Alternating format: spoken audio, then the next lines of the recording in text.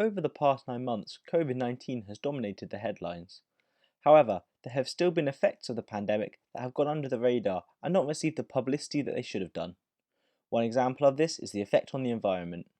We spoke to Jim Jervis, who works as Construction Environmental Lead Manager at IFAS Genie Civil, about what kind of long-term impact he believes the pandemic will have on the environment. Has it had an effect on the environment? Almost certainly. In terms of air quality, we've seen periods with a lot less vehicles on the road, and that includes haulage as well as domestic vehicles. A lot less plant and machinery on sites. When although construction is continuing, it's not continuing at the pace that it was envisaged to. So there's a lot less there's a lot less emissions from all of those vehicles.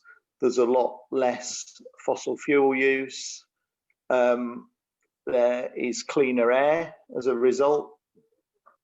And yeah, I think people are realizing that they can work from home and they can ride bicycles and they can walk, and all of those things have got to be positives for the environment. Most people have been excited to have pubs back open again after they have been shut for so much of the year. However, this has led lots of us to forget about the employees that work at these pubs and the difficulties they have faced. We spoke to Jake Blunden, an employee at Wetherspoons in Coventry, so he could tell us what it has been like working in the hospitality industry during the pandemic. I'd have to say that customers have been worse in terms of their interactions with us. I assume because of the frustration of other worldly things that they've got going on in their lives with the pandemic affecting them. So perhaps the stress has also meant that they've reacted to us in a worse way than they usually do.